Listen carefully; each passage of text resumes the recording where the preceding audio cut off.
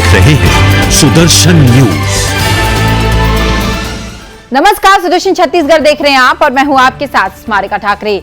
छत्तीसगढ़ के सतनाम तीर्थ में लॉकडाउन का खासा असर दिखाई दे रहा है। कोरोना संकट के बीच कुतुब मीनार से ऊंचे जैत खाम के आसपास सन्नाटा पसरा हुआ है। ऐसे में सतनाम तीर्थ गिरौदपुरी में कोरोना का असर पूरी तरह से दिखाई दे रहा है। कैसी है सतनाम तीर्थ गिरौदपुरी की वर्तमान स्थिति, इसका जायजा लिया हमारे सहयोगी योगेश मिश्रा ने। पूरे छत्तीसगढ़ में अभी भी कोरोना के हालात लगातार बने हैं। कोरोना के जो संक्रमित लोगों की संख्या है वो लगातार बढ़ रही है। हालांकि बहुत सारे जिलों में अब अनलॉक हो चुका है, लॉकडाउन को हटा दिया गया है, लेकिन बहुत सारे धर्मस्थली ऐसे हैं जहां पर अभी भी कोरोना की मार देखी जा रही है। लोग वहां पर आने में आनाकानी कर रहे हैं और प्रशासन वहां पे पूरी तरह से सख्ती बरता हुआ है। मैं अभी छत्तीसगढ़ के तपोभूमि गुरु घासीदास जी के तपोभूमि गिरौदपुरी में हूं और एक तस्वीर मैं सुदर्शन न्यूज के माध्यम से दर्शकों दिखाना चाहूंगा। ये देखिए, ये गिरौदपुरी का सबसे बड़ा जो है जैत स्तंभ है, जिसके बारे में कहा जाता है कि कुतुब मीनार से भी ऊंचा ये जैत खाम है।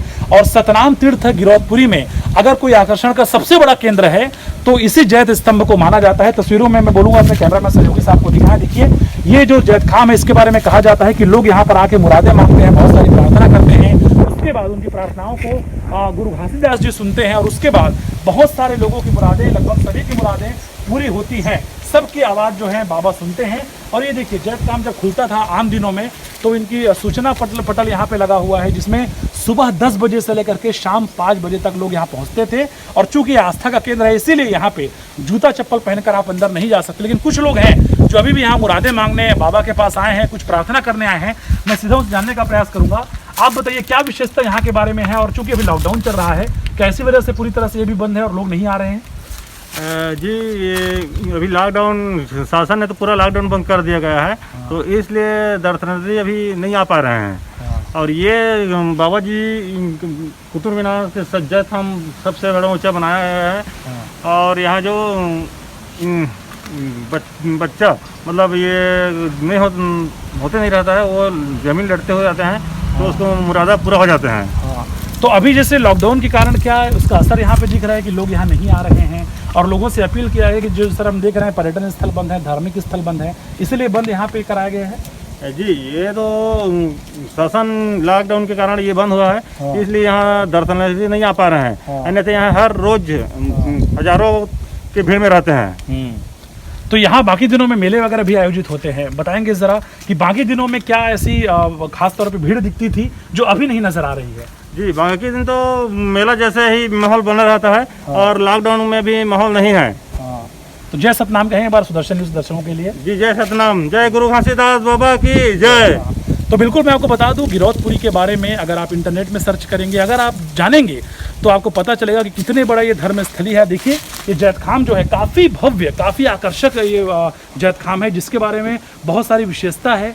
और मैं अगर कहूं कि देश के तत्कालीन जो राष्ट्रपति हैं या तमाम जो बड़े राजनेता हैं, वो लगातार यहाँ पर आते हैं, प्रार्थना बाबा से करते हैं, अपनी मुरादें मांगते हैं। लेकिन चूंकि लॉकडाउन का समय है, कोरोना लगातार संक्रमित लोगों को कर रहा है, इसीलिए यहाँ का जो माहौल है वो फिलहाल पूरी तरह से सुनसान नजर आ रहा है और लोग यहाँ पर आने में कतरा रहे हैं। ऐसे में माना जा रहा है कि बहुत जल्द जब कोरोना पूरी तरह से हमारे बीच से चला जाएगा तो हो सकता है यहाँ की जो हरियाली है, यहाँ का जो रौनक है, वो वापस लौट आए। कैमरा पर्सन विश्व प्रकाश पुरेना के साथ योगेश मिश्रा, सुदर्शन न्यूज, गिरौदपुरी धाम, छत्तीसगढ़। जांजगीर चांपा जिले हसौद नायब तहसीलदार कमल किशोर पाटनवार और उनके संयुक्त टीम द्वारा हसौद क्षेत्र में चल रहे अवैध रासायनिक खाद्य की भंडारण परिवहन पर शिकंजा कसते हुए भारी मात्रा में 600 बोरी रासायनिक उर्वरक खाद के साथ वाहन को जब्त कर बड़ी कार्रवाई की गई। प्रशासन की तरफ कार्रवाई को देख अवैध कारोबारियों में हड़कंप मच गया है। यह पूरा मामला जयजयपुर विकासखंड क्षेत्र के ग्राम पंचायत हरे ठीकला का है।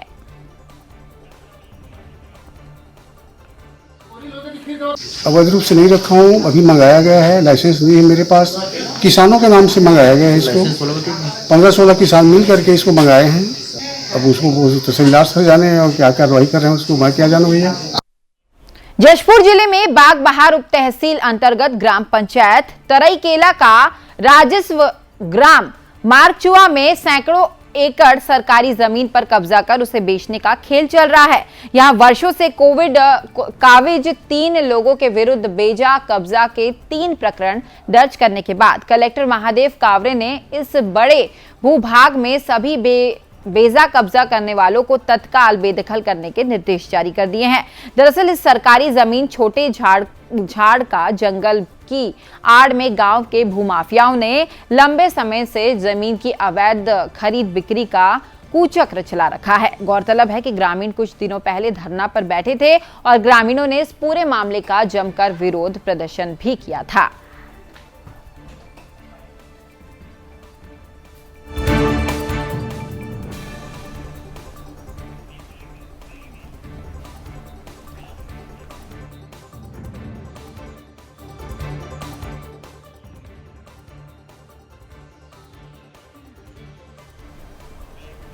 छत्तीसगढ़ में जल्द पोस्ट कोविड केयर सेंटर स्थापित होने वाला है। आपको बता दें कि 85% मरीजों में टेस्ट रिपोर्ट नेगेटिव आने के बाद भी कमजोरी और सांस लेने में दिक्कत की समस्या सामने आ रही है और अब 2 महीने बाद भी मरीज पूरी तरह स्वस्थ नहीं हो पा रहे हैं। मरीजों की संख्या को देखते हुए चिकित्सकीय सुविधाओं की भी समीक्षा लगातार की जा रही है। स्वास्थ्य मंत्री टीएस सिंहदेव ने विभागीय अधिकारियों को पोस्ट कोविड सेंटर स्थापित करने की योजना तैयार करने के दिशा निर्देश दे दिए हैं।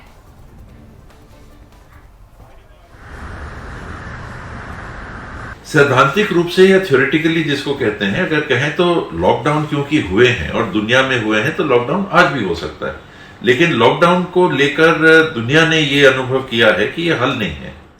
बस्तर में प्रतिबंधित माओवादी संगठन के दंडकारण्य स्पेशल जोनल कमेटी के दक्षिण सब जोनल ब्यूरो को टेक्निकल टीम प्रभारी माओवादी नेता गंगा उर्फ आयता कोरसा का तेलंगाना राज्य के कुट्टागुड़म जिला में कोरोना की बीमारी से इलाज के दौरान उनकी मृत्यु हो गई। ऐसे में बड़े नक्सली की जान कोरोना ने ले ली है।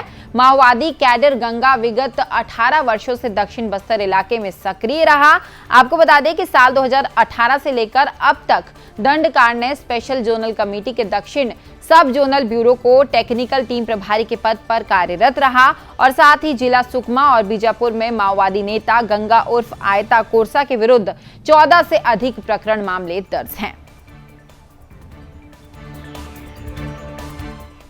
बलौदाबाजार जिले के ग्राम पौसरी में एक 7 साल की मासूम बच्ची से दरिंदगी कर हत्या का मामला सामने आया है। दरअसल 2 दिन से लापता मासूम की लाश पड़ोस के कुएं में मिली, जिससे पूरे इलाके में सनसनी फैल गई है।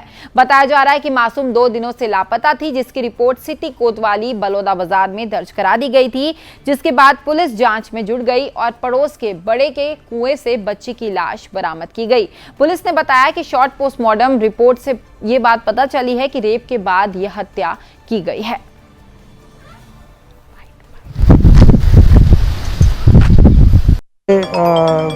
हाथ पैर बांध के रेप किया है, उसके बाद उसने गला घोट के मारा है, जो पीएम रिपोर्ट में वो साफ पता चला है।